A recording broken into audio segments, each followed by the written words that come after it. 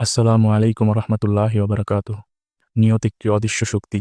রাসূল সাল্লাল্লাহু আলাইহি ওয়াসাল্লাম বলেন, নিশ্চয়ই সকল কাজ নিয়তের উপর নির্ভর করে। আর প্রত্যেক ব্যক্তির জন্য সে যা নিয়ত করে, যার হিজরত হবে দুনিয়া লাভের জন্য বা কোনো নারীকে বিয়ে করার জন্য, তার হিজরত সেই উদ্দেশ্যেই হবে। সহিহ বুখারী হাদিস ১।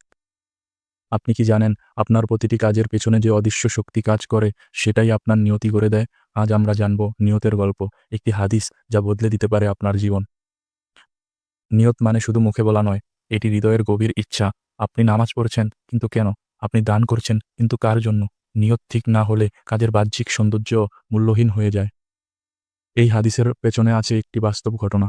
এক সাহাবী হিজরত করেছিলেন মদিনায়। সবাই ভাবল তিনি আল্লাহর জন্য হিজরত করেছেন, কিন্তু পরে জানা গেল তিনি এক নারীর জন্য হিজরত করেছেন। তিনি বলেছিলেন, তুমি যদি মদিনায় চলে যাও, আমি তোমাকে বিয়ে করব। রাসূল সাল্লাল্লাহু আলাইহি ওয়াসাল্লাম তখন বলেন, তার হিজরত সেই নারীর জন্যই গণ্য হবে। বাহ্যিকভাবে কাজ ভালো, কিন্তু নিয়ত বদলে দিল ফলাফল। একজন মানুষ যদি ঘুমাতে যাওয়ার আগে নিয়ত করে, আমি ফজরের নামাজ পড়ব, তাহলে ঘুমও ইবাদত হয়ে যায়। আপনি যদি কাজ করেন মানুষের উপকারের জন্য, তাহলে সেটাও সাদকা। কিন্তু যদি আপনি নামাজ পড়েন লোক দেখানোর জন্য, তাহলে সেটি রিয়া, যা শিরকের মতো ভয়ঙ্কর। আমরা অনেক সময় ভালো কাজ করি, কিন্তু নিয়ত থাকে মানুষ আমাকে ভালো বলুক, আমি ভাইরাল হই, আমি প্রশংসা পাই।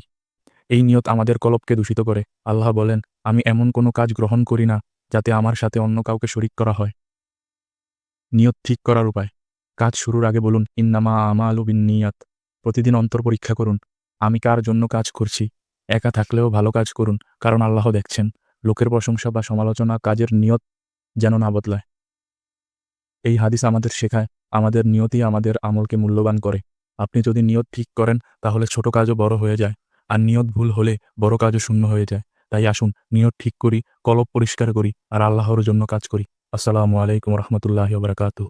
কথায় কোনো ভুল ত্রুটি থাকলে ক্ষমা সুন্দর দৃষ্টিতে দেখবেন।